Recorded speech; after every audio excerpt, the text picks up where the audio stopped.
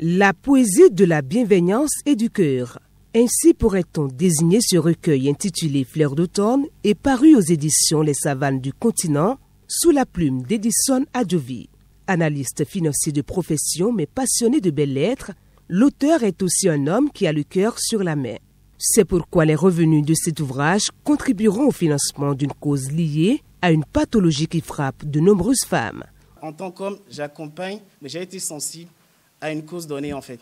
C'est aussi une façon de montrer pour moi que voilà, la maladie en fait, c'est pas quelque chose qui concerne uniquement les femmes, mais qui concerne également les hommes parce qu'une femme atteinte de cette maladie a besoin du soutien de tout le monde en fait, des collègues, son mari, son frère et tout. Et aussi moi, en tant que futur père, futur conjoint, je sais pas, ma femme demain peut l'avoir, mon enfant aussi demain peut l'avoir. Donc c'est aussi ma responsabilité qui est en jeu. Et c'est aussi une façon de montrer que voilà, on peut être homme, mais également être féministe, parce que être féministe, c'est pas dire non aux hommes, c'est se rendre compte que les femmes traversent une situation, des situations injustes en fait, et face auxquelles il faut pas se taire. Ancien boursier de la Fondation Vallée, la cérémonie de lancement a été placée sous le haut parrainage de cette institution qui, au-delà des bourses, œuvre aussi dans le secteur de la santé. À travers nos boursiers, nous célébrons l'excellence.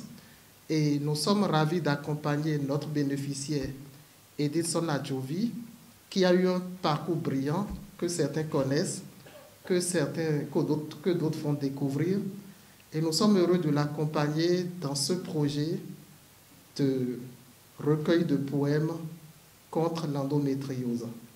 Alors, nous remercions toute l'équipe de la Fondation de France qui nous a accompagnés pour que cette soirée soit une réussite. N'oublie pas que tu es rêve, que l'évidence te désire. Dans le silence ineffable, c'est un peuple qui t'admire. N'oublie pas que tu es reine, même si tu l'ignores, qu'un avenir radieux se borde par de grands efforts. N'oublie pas que tu es rare, perle exceptionnelle, que tes yeux pétillent de hargne, d'amour et d'étincelles. N'oublie pas que tu es fauve, au cœur d'un millier, dans cette arène humaine où tu te dois de régner. Devant nous s'ouvre Fleurs d'automne, un recueil de poésie de 158 pages qui semble à lui seul porter le souffle de l'aurore.